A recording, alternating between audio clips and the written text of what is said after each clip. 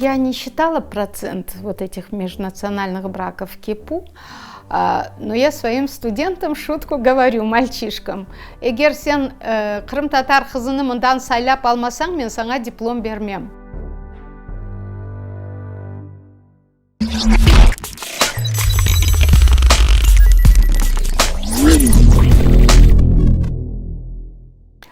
Я Эмине Ганиева, кандидат филологических наук, декан факультета истории и искусств крымско-татарского языка и литературы Крымского инженерно-педагогического университета.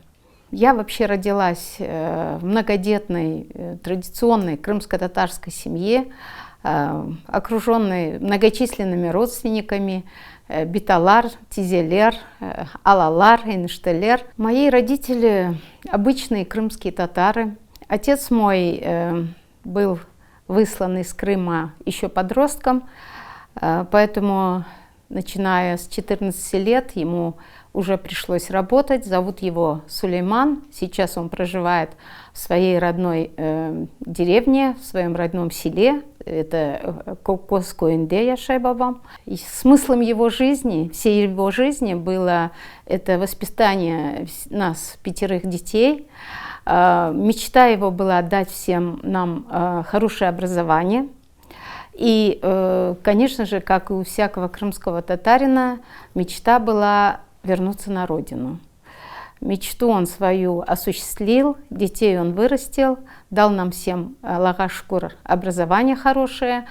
Сейчас он проживает практически, можно сказать, в доме своего деда, то есть в доме, где он родился, ходит, живет, растил в свое время, когда еще был моложе, помидоры, огурцы в том дворе, где он родился, рос, бегал подростком, где отдыхал вместе со своими друзьями, мальчишками. И очень часто в его речи можно услышать «Абьерде абкеримнен болей шеяптых», или вот здесь мы вот с этими ребятами что-то другое делали. Мама моя тоже из Бахчисарайского района, село Керменчик. Обычная крымская татарка. Смыслом всей ее жизни было вырастить нас, 5 детей. Поэтому сейчас ее нет в живых, рахмет олсун жанна. Ну а с отцом, Аллаха шукур, все хорошо. Битамлар, конечно же, на наше формирование оказали очень большое влияние. Особенно это Зоре Битам, это моя бита со стороны моей матери. Удивительная была женщина с удивительной семьей, судьбой. 13 лет она осталась без матери, ее выдали замуж, вышла она замуж за человека, которому было 29 лет, и прожили очень счастливую жизнь. Удивительная была тем, что она была очень мудрая, очень тонкая по натуре. Речь ее была крымско-татарская, очень выразительная, очень содержательная. Столько в ней было каких-то устойчивых выражений, пословиц, поговорок. Столько она нам рассказывала сказки, и это все, конечно же, сказалось в нашей жизни. Она не говорила на русском языке, возможно, принципиально. Приехав в Узбекистан, она не говорила на узбекском языке, хотя жила в окружении соседей узбеков, и они как-то с ней общались, пытались подстроиться под ее речь. В детстве какое-то время, до подросткового возраста, жила какой-то двойной, можно сказать, жизнью. Это школа, где пионерия, комсомоле. Я была очень активной. Мне нравилась моя активность. Я жила школой, я участвовала во всех этих мероприятиях. Возвращаясь из школы, я попадала немножечко в другой мир. Бабам и анам, они не говорили на русском языке. Битамлар, само собой, разумеется. То есть в доме у нас язык был только крымско-татарский. В семье у нас как-то особо первое время, по крайней мере, в детстве я не помню, чтобы нам что-то рассказывали о депортации, о Крыме. Наверное, сидел страх, потому что Харбабамыс был в трудармии его, и там он умер, и неизвестно, как умер. И, видимо, в родителях вот какой-то сидел страх, что детям еще рано рассказывать. Когда мы стали расти, это были разговоры о Крыме. Это было ворчание моей бедашки со стороны отца. «Мына келдик чуштык бута разбарларга», вот приехали в такой вот маленький двор. «Анда Крымда меным эки хатлы ташлы евым халды». Там в Крыму у меня двухэтажный большой дворец чуть ли у нее там остался. Это привезенные из Крыма гостинцы, те же яблоки, те же хызылчых татлысы, та же морская вода в бутылочках. Да, мы с этим росли. И когда вот эти яблоки делили, то битам моя говорила: «Бу алманын незеті башха, да, баллар». Вкус этого яблока совершенно другой. А я еще тогда в детстве думала, ну, в Узбекистане же, Узбекистан был богат фруктами, солнца много, виноград, яблоки. Я думала, ну почему вкус другой? Тут же тоже яблоки вкусные. И только с годами я стала понимать, что вкус другой, это не вкус яблока имелся в виду. Это был вкус дома, это был вкус воспоминаний, это был вкус родины. Вечерами, даже очень поздно, к нам стали приходить люди, мужчины, это были наши родственники. И отец с матерью, бабам, анам долго совещались и выделяли какую-то сумму. Потом я это понимала, что это на поездки в Москву, на письма, на все это. А семья была многодетная. Бабам чалышая до Бороза, отец работал один. И выделять семье деньги это, но мечта-то была, мечта вернуться, и делала все, чтобы вернуться. Вы знаете, вот выражение «скупая мужская слеза», да? Мой отец, он очень такой жесткий немножечко человек. Наверное, во многих старообрядных крымско-татарских семьях отцы такие должны быть. Сердемыс, крым-татарджа, вот он до сих пор такой, особо ласки. Я помню первые концерты в Узбекистане, это скорее ансамбль «Хайтарма». По узбекскому телевидению 10 минут шел концерт. Очевидно, это были первые концерты, когда разрешили и когда дали разрешение петь крымским татарам вот с экрана. И помню, что отец приходил в этот день раз в неделю. Это было очень рано, вся семья садилась у телевизора.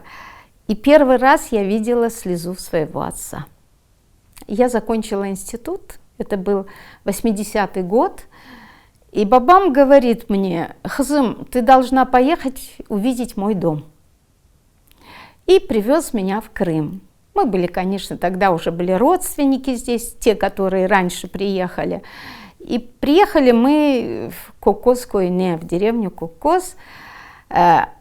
Мой отец подружился с хозяйкой своего дома, переписывался, они долго переписывались, и как-то он приезжал и даже ночевал в своем доме. А в этот раз, ну, телефонов тогда не было, мы приехали, и не было дома хозяйки, была мама ее. Это была уже пожилая женщина, старая женщина, и она нас не пустила в дом. Вот мы стояли во дворе под деревом, и отец очень ее просил, говорит: я привез свою сестру, Алам, младшая сестра, и привез свою дочку, она закончила институт, я хочу увидеть, чтобы она увидела дом. Но она нас не пустила. Мы постояли, отец рассказал, мы на буерде чапхалап юредом, буерде это. И вот тогда я второй раз увидела слезу своего отца. Ну и тогда во мне что-то, конечно же, перевернулось. Я уже тогда осознала, что я крымская татарка. Раньше я думала, что это произошла какая-то ошибка, Брежнев и все, они не знали, Сталин, это была просто дикая ошибка. А потом ко мне пришло осознание, что это была не ошибка, что отношение к моему народу вот такое, какое есть. Ну, вот так вот, наверное, я потихонечку превращалась из активной пионерки-комсомолки в крымскую татарку, патриотку своего народа. Я вернулась в Крым в 1989 году, причем история очень интересная. Я в Крым не уехала из Узбекистана, то есть я не переехала. Я приехала в отпуск. Я приехала в отпуск к брату, который уже проживал в доме деда. Ну и в Узбекистане начались там переезд массовый крымских татар. И Бабам позвонил нам и сказал: «Хазым, не возвращайтесь, оставайтесь». И мы остались. Когда я приехала, и я не скажу, что я восхитилась красотой Крыма, там море, горы, зелень. Это я все уже видела. У меня появилось очень странное чувство, которое сейчас у меня вызывает какое-то удивление. У меня было чувство уверенности. Вот вы знаете, уверенности такой, вот как, я какое-то время жила на квартирах, снимала на съемных квартирах, и когда у меня появился свой дом. И вот это, наверное, что-то похожее чувство у меня появилось. Я ничего не боялась. Я ничего не остерегалась, я не боялась высказывать свои мысли, я уверенно шла по этой земле.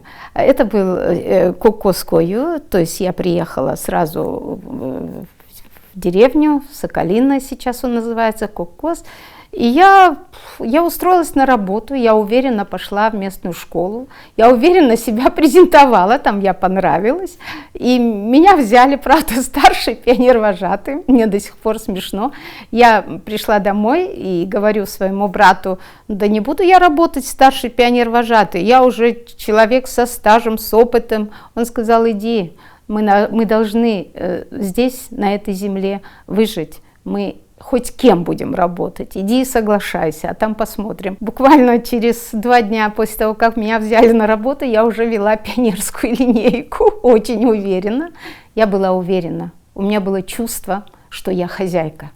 Я пришла на эту землю, я хозяйка этой земли. Джами это там, где я живу, по той же улице. Я ходила на работу домой, и единственное, что меня как мусульманку, как крымскую татарку угнетало, и я себя очень подавленной чувствовала, когда я проходила рядом с этой мечетью, джами, Кокос джамасы. История, конечно же, Бабам нам рассказывал. Юсупов джама Хурган, Адамлар Дува Ябхан. Молились люди на этом месте, чтобы шел дождь, потому что была засуха. И на 2-й день пошел дождь, и Юсупов сказал: «Выерде джамула, здесь будет построена джами».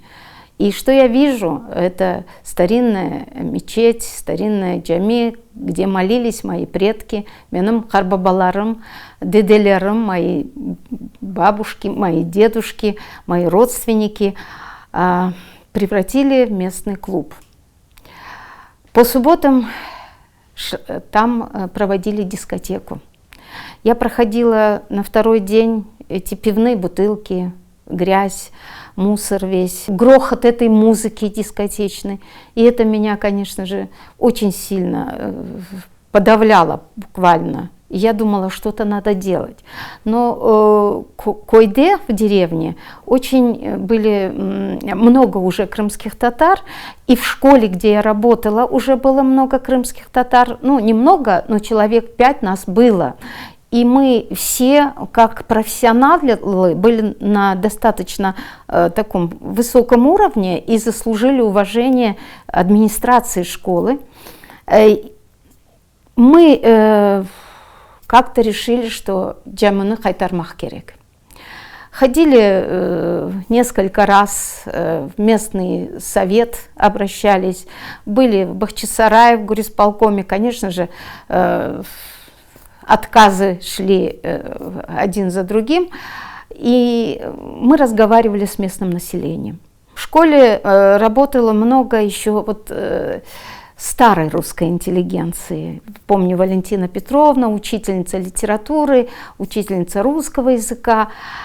И вот мы с ними разговаривали. Вот как может Вот это вот джамы, старинная мечеть, как люди молились, это священное для народа здание, как может быть дискотекой. И они с нами согласились. И помню, был сход граждан. Собрали всех в школу, тех, кто против, тех, кто за. Приехала милиция, окружила здание школы. Для меня это было очень непривычно, для бывшего комсомольского работника, человека, который считал, что Советский Союз лучшее государство. Но страха не было. Вот. Приехала милиция, был сход граждан, мы выступали, мы обосновывали свою позицию. И тогда все преподаватели школы, русские, украинцы, поддержали нас. И мечеть решено было нам вернуть. Это было перед каким-то из байрамов. Я сейчас не помню, либо Ураза байрама, либо это был Курбан байрама. В ночь перед байрамом я вот лично со своими родственниками, друзьями, активистами местными выносила эти лавочки. Я до сих пор не люблю эти лавочки, потому что там стояли лавочки. Видимо, шла дискотека, может быть, крутили фильмы зимой, и эти лавочки. Вот это вот лавочки мы выносили, мы ночью мыли полы, мы приносили из дома кто что мог, какие-то коврики застилали, убирали, мыли стены. В общем, и теперь надо было буквально через день проводить байрам намазы. Это все мы сделали. Ну а байрам намазы на кечермеге, то есть проводить-то мы не можем, мы ж молодые. И тогда мы стали обращаться к местным старым людям, Кукоску НД, Баркач-Картха. И нам один из стариков отказал, потому что в нем жил тот страх. Мен үкіметке қарсы барып оламайым. И очень расстроенные. И тогда в селе Голубинка нашелся дедушка Харбаба Мустафа Адеда Рахмет Олсунджанна, ему было за 90, он сказал: «Балар қасиветет меңіз, не волнуйтесь, байрам намазыны мен алып барачам, мен енді Аллахтан башқа бір шеден қорқмайым». И вот тогда первый намаз вот в этом джаме свершился. Вот, и я горжусь тем, что я была участником этих событий. И мне кажется, если я в своей жизни что-то сделала такое вот, ну, стоящее, то вот это одно из этих дел, что мы смогли вернуть эту мечеть, пройдя через все эти сложности. Я со дня основания работаю. Первые наши студенты, это, конечно, это ребята были несколько другие. Еще в них жил вот этот вот патриотизм, который нам передали сильные наши люди, сильное наше поколение. Они помнили рассказы Биталарын, Харбабаларын, рассказы бабушек и дедушек. Они проводили сами, самостоятельно, предлагали, выходили с инициативой очень много таких патриотических мероприятий, связанных с языком, с литературой, с историей, с флагом, я не знаю, с нашими символами. Постепенно, наверное, вот настали для нас чуть легкие времена, когда уже не стояла цель возвращения, мы уже на родине, как я уже сказала, все уверены, мы живем, появилось телевидение, работает наш театр, мы можем сходить в театр, мы можем сходить на концерт, это не 10-минутный концерт был, который передавали когда-то. У нас библиотека, мы можем себе позволить говорить на своем языке, тем более в нашем университете, Аллаха шукур, вот до сих пор, наверное, это единственное учебное заведение в Крыму, где мы можем говорить на своем языке, заходить в университет, поздороваться, селям алейкум, и уходить и говорить салах нянхалнас. Постепенно, конечно, ребята менялись, другие, хотя стали более креативными в том плане, что новые какие-то методы они использовали, флешмобы, там какие-то зажги огонь, там участвовали наши студенты. То есть появилось очень много новых каких-то форм, где ребята все-таки выражали принадлежность свою к нашему народу, свою любовь, уважение к языку, культуре, истории. Разные бывают студенты, бывают случайные. Ну вот не попали они куда-то в другое место, вот пришлось им попасть к нам. В этом году я сама читаю лекции на первых курсах, во втором семестре это обычно. Вот в феврале месяце у меня начались лекции в группе крымско-татарско-английском. Из 15 ребят там половина мальчишек поступили к нам на факультет. Хорошие ребята. Действительно, ребята, которые мне напомнили ребят, студентов тех еще лет, когда у нас открывался университет. И это меня радует, это меня воодушевляет. Ну, появляются надежды, что что-то мы делаем и идем все-таки вперед. В первую очередь я бы, конечно, хотела, чтобы ребята, на каком бы они факультете ни учились, не обязательно это филологи, это могут быть и инженера, и экономисты, и музыканты, у нас много разных направлений. И я бы хотела, чтобы они не забывали о том, к какому народу они принадлежат. А это значит, они говорили бы на языке. Они бы читали много об истории, о культуре нашего народа. Они бы посещали все наши мероприятия, связанные с тем, что у нас где-то появилось. Я бы хотела, чтобы они были всесторонними в этом направлении. То есть экономист, он должен знать крымско-татарский язык, крымско-татарскую культуру, крымско-татарскую историю. Ну, современному, адекватному, образованному человеку просто неприлично не знать свой язык. И именно это, наверное, поколение, которое будет нести ответственность за то, будет наш язык жить дальше или нет. Поэтому я хочу, чтобы они чувствовали эту ответственность. Расстраиваюсь я сейчас по другому поводу. Если мой отец, строитель, который не получил должного образования, он хотел дать всем 5 детям образование, и после того, как мы приходили из школы, он заставлял нам рассказывать историю, физику и химию. Сейчас я понимаю, что он ничего в этом не понимал, но он делал вид, что он понимает, чтобы заставить нас. А сейчас во многих семьях стали слышаться вот такие разговоры: не керек о диплом алганын не файда олоруна. То есть вы знаете, наверное, да, в Узбекистане наш народ считался самым образованным среди местного населения. То есть людей, получивших высшее образование, было очень большое количество.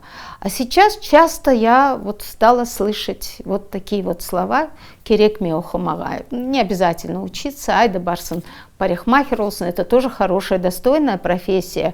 Но я считаю, что человек, который получает все-таки среднетехническое или высшее образование, я иногда говорю, вот приехал молодой человек, Оскоинден кельде, да, он, говоря студенческим жаргоном, он тусуется среди молодежи, идет с нами на спектакль, мы его приглашаем на экскурсию, мы вводим студентов, приглашаем на какие-то экспозиции, выставки. Он это все видит, он впитывает в себя. Своим девочкам-студенткам, которые говорят: ну а что теперь, я что, буду учительницей крымско-татарского языка? Я говорю: да, будешь учительницей крымско-татарского языка, но прежде всего сенанауладжан. Ты будешь матерью, которая будешь воспитывать крымского татарина или крымскую татарку, и ты будешь в ответе за то, что он кем он вырастет. Ты будешь его учить языку, этому, культуре, истории. Ты та, которая будет сохранять нашу культуру, нашу историю, наш язык. На этот вопрос я пытаюсь ответить все 25 лет. Мы, вернее, вместе с коллегами ищем ответ на этот вопрос. Бывают минуты упаднические настроения, бывает вдохновение. Недавно у нас была Олимпиада по крымско-татарскому языку. Мы ее уже проводим 13-й раз. И когда проходит эта Олимпиада, я вижу, вот в этот раз приехало 47 ребят из различных школ. И среди них был мальчик, он презентацию подготовил по Нуману Челебиджихану.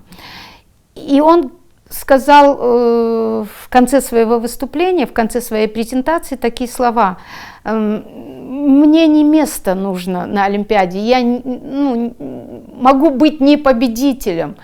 И, говорит, он сказал это с таким выражением, что мы готовы были все места на свете отдать ему. То есть есть такие ребята. Наш язык находится в перечне языков умирающих. И даже есть такое понятие, если язык остается только языком только бытового общения, семейного общения, он уже как бы будет умирать. Но я живу надеждой, потому что есть наши студенты, есть наши креативные, молодые ребята, которые стараются все делать, чтобы как-то язык жил, язык сохранился и дальше развивался. По крайней мере, мы все делаем для этого. Есть процент семей смешанных. Мое отношение к таким семьям, скажем, негативное. Я не сторонница. Хотя я считаю, что каждый человек сам выбирает, но тем не менее я не сторонница.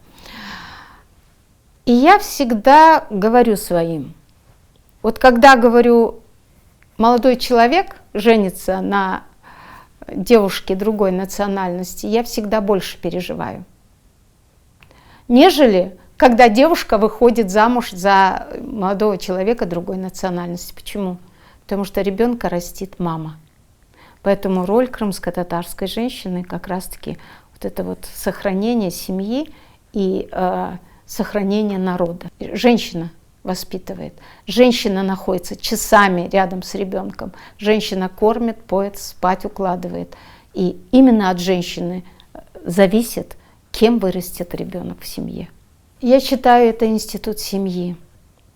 Все начинается с семьи. Вот сейчас, в данное время, мы должны сохранить наши семьи, а уже через семью сохранять, развивать, формировать историю, культуру, язык. И это, наверное, самое главное. Я бы могла бы ответить банально: смысл жизни – это работа и семья. Но я вам хочу сказать, что после того, как я стала работать в университете, и в первые годы моей работы не было абсолютно книг на крымско-татарском языке. Были грамматики, которые еще изданы профессором Айдером Меметовичем в Узбекистане. Абсолютно не было литературы. И смыслом жизни моей стало то, что я должна была хоть какой-то вклад внести в то, чтобы у нас появились свои учебники, как для школ, так и для высшей школы, словари. Поэтому смысл моей жизни, наверное, в этом. И это тоже часть вот этой вот программы сохранения языка, наверное. Есть учебники. Сейчас для желающих учиться крымско-татарскому языку, учиться говорить на крымско-татарском языке, такие возможности менсухланам. Я просто завидую. У нас таких возможностей не было. Это книги, это словари, это электронные словари, это другие различные издания, это детские книги. Посмотрите на ярмарке, которая у нас. Глаза разбегаются, хочется все на свете приобрести. И меня это все радует. Смысл моей жизни, наверное, в этом. Чтобы хоть чем-то помочь сделать так, чтобы мой народ здесь жил и мой язык здесь развивался, а не умирал.